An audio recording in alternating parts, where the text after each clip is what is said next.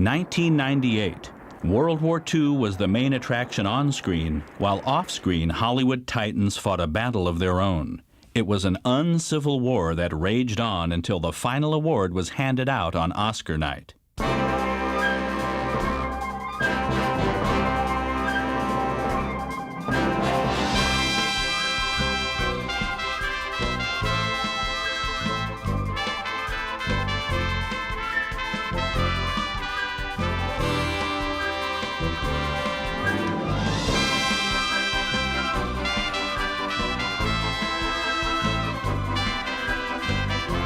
Steven Spielberg was all smiles as he arrived at the Dorothy Chandler Pavilion, and why shouldn't he be? His epic Saving Private Ryan had for months been the anointed front-runner for Best Picture of the Year.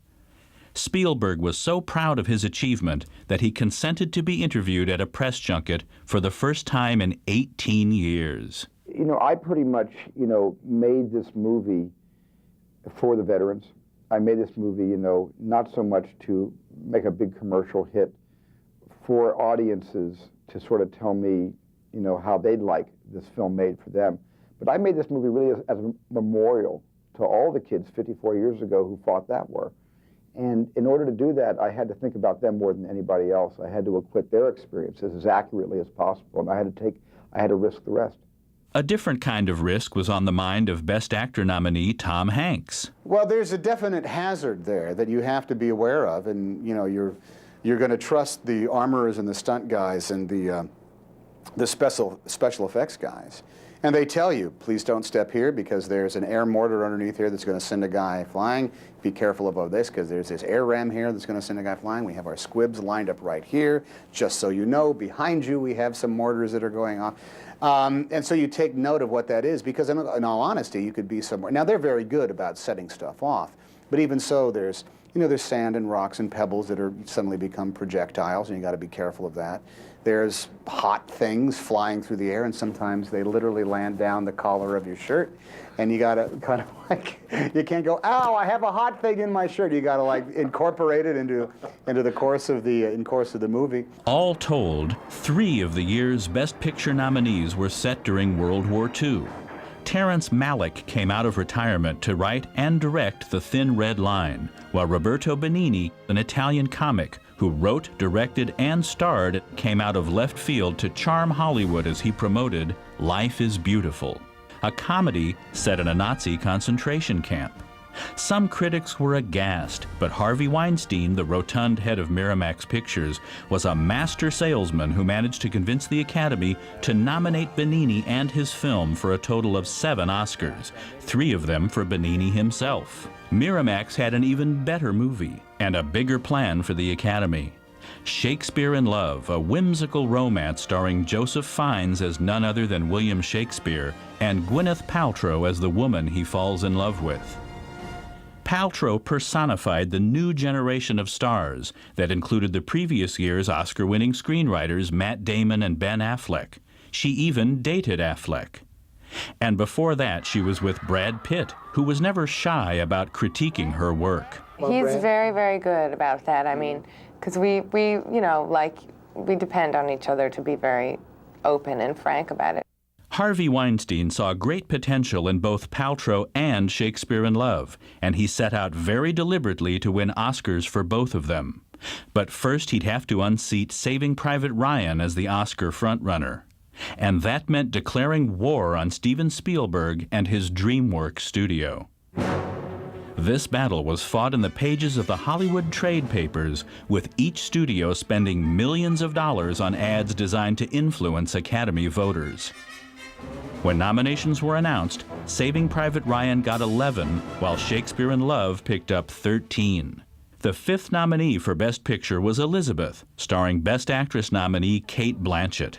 Both were regarded as brilliant, but neither had a prayer of winning.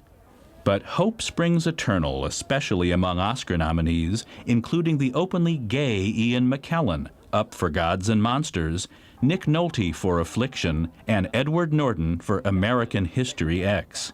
Meryl Streep was in the spotlight yet again, her 11th nomination, this time for One True Thing. She was joined on the red carpet by Emily Watson, nominated for Hillary and Jackie, Kathy Bates for Primary Colors, Judi Dench, Shakespeare in Love, and Lynn Redgrave, nominee for Gods and Monsters, who was there without her husband of 32 years. It turns out she had just learned her husband and daughter-in-law had had an affair and an out-of-wedlock child. Of the 5 supporting actor nominees, 4 of them had previous wins or nominations.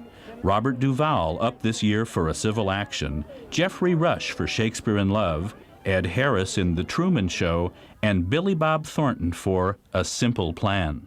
The only nominee who'd never been up for an Oscar before, James Coburn, took home the first Oscar of the night for his supporting role in Affliction. At the governor's ball later on, where the champagne was flowing freely, he spoke fondly of the others in his category. Robert Duvall and Rush and Ed Harris, Billy Bob. You know, see, it's the nature of the Academy to compete each other. But we don't compete against each other. It's the nature of that, of the Academy Awards. But we all love each other, and we all think that everybody should deserve that award. Being nominated is, of course, that's the cake, and the frosting is the award itself. Both of the female acting awards went to Shakespeare in Love. Judi Dench was named Best Supporting Actress, while the Best Actress Oscar went to a radiant and disbelieving Gwyneth Paltrow.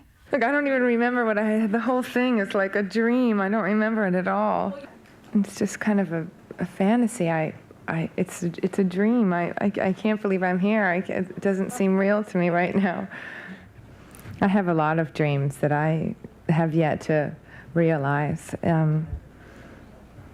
I just, you know, I really take this as a sign that when you give your whole being to something, your work, that anything is possible and that you can really touch people and do work that resonates with other people. So my main goal is to never, you know, be lazy at work ever again, and just to give everything, all my heart. Easily the most excited winner of the night was Roberto Benigni, whose 15 minutes of fame lasted just long enough for him to take home the Best Actor award. I was like, I feel like superb. Now I prepare my speech because if I win, I feel really ridiculous there. So thank you for the Oscar you gave me. So I couldn't. I stay like what happened. We are here. We are in such a wonderful, in this really ocean of gladness. You just go free. And that was just what I did. If I was really full of, I felt like I couldn't restrain my desire, my enthusiasm, and exuberance is beauty. Steven Spielberg won the Best Director award for Saving Private Ryan, but that wasn't enough for Hollywood's top director. It was clear he was fully expecting to return to the stage for the Best Picture Oscar. When that didn't happen and Harvey Weinstein went up to claim the top award for Shakespeare in Love, Spielberg looked stunned, and he went straight to the governor's ball without stopping backstage to meet the press. But as it turned out, this war wasn't over. I just really believe that I need to wake up every morning, and I need to respect myself in the morning, so I got to take the high road whenever I get asked about the nature of the competition. Spielberg and his DreamWorks studio would fight Weinstein and Miramax for Best Picture honors again the very next year.